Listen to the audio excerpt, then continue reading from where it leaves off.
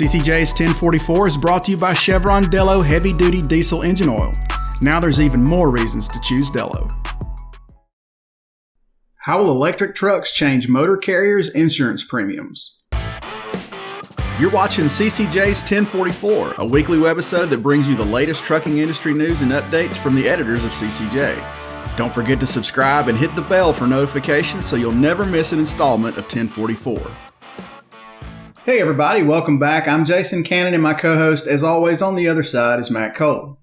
Insurance is one of the largest expenses for trucking fleets, and it's a business that's built on trends and historical data. That's a couple of key things that we don't have on electric trucks. So there's really no reason to expect that the premiums carriers pay now will look anything like the premiums that they will pay eventually when they go to electric trucks. Batteries are expensive, and the training it takes to work on electric vehicles is sophisticated.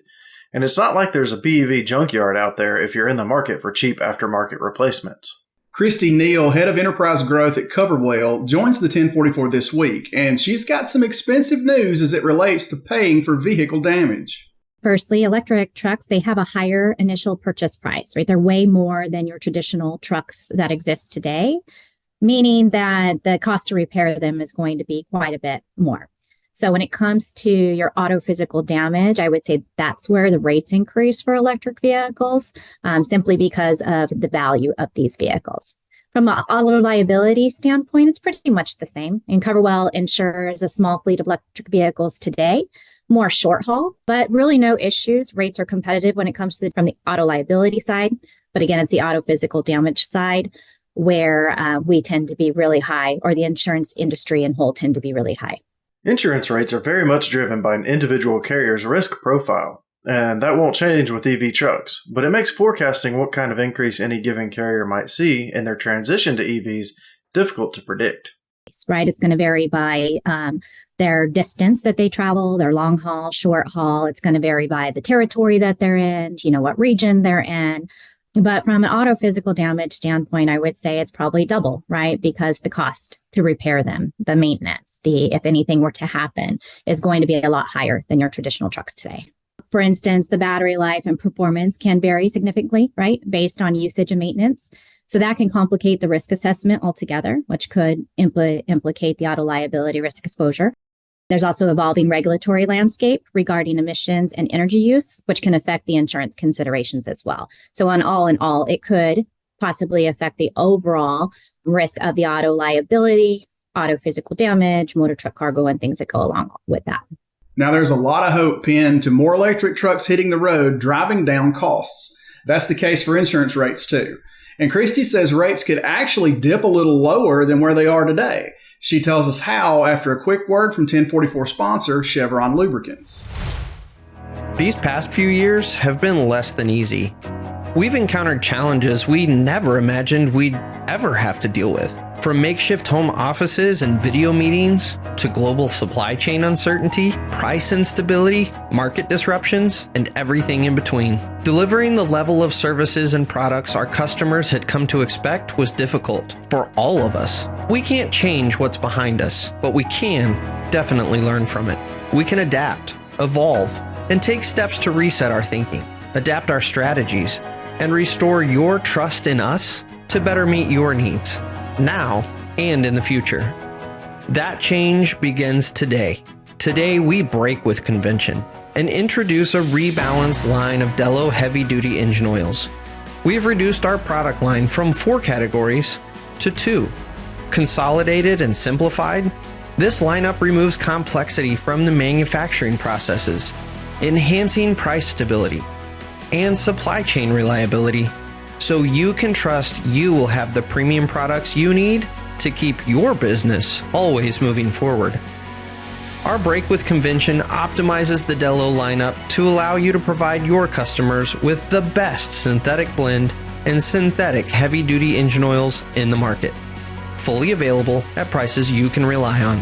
It's your assurance that you'll be well positioned to be their trusted source for proven engine protection that keeps equipment on the job, giving your customers even more reasons to choose Dello. I I actually think that they could possibly be better, right?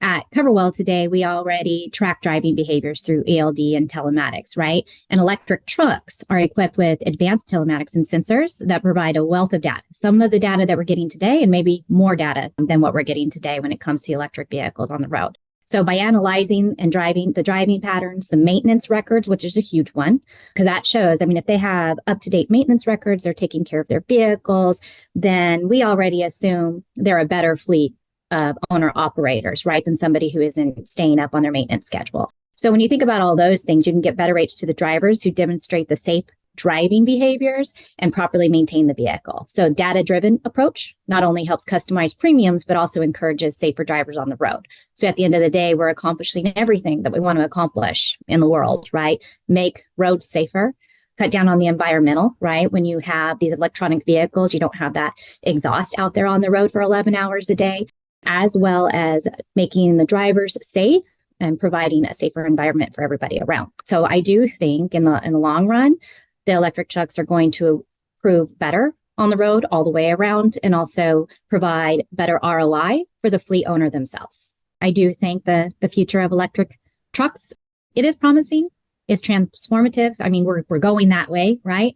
So as insurance carriers or MGAs or anybody out there in the insurance world that's focused on transportation, it's just really getting ahead of that and thinking how we can be innovative in regards to helping these truck drivers out there on the road. What we can do at the end of the day to help them put money back in their pockets, but also help our insurance carriers stay competitive as well, meaning keep their loss ratios down, those claims down. So having these EVs and all the sensors out there, having all the telematic data, we're able to do it in a way that we would never been able to do it before.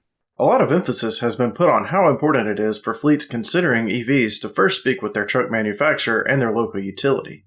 But Kristy says leaving your insurance carrier out of those preliminary discussions will probably lead to some unwelcome surprises when you take possession of the truck. I think it's a partnership all the way around, right? Talking to these fleet owners and understanding the type of technologies that they've already partnered with in regards to whatever their ELDs are, their cameras are, and now the EVs, and bringing all that data in. So it could be whatever kind of partnership that you may form with the actual manufacturer, say Tesla, for instance. What kind of data can we get from these EVs and bringing that into the overall insurance rating factor, right? So discounts for driving safer on the road, discounts for better maintenance, discounts because they do have an EV vehicle and they have to adhere to all these safety measures out there on the road. So it's a risk assessment overall around the entire fleet of vehicles and what kind of safety measures that they are bringing to the table with a different type of technology that they have embedded within the truck itself. That's it for this week's 1044. You can read more on ccjdigital.com. While you're there, sign up for our newsletter and stay up to date on the latest in trucking industry news and trends.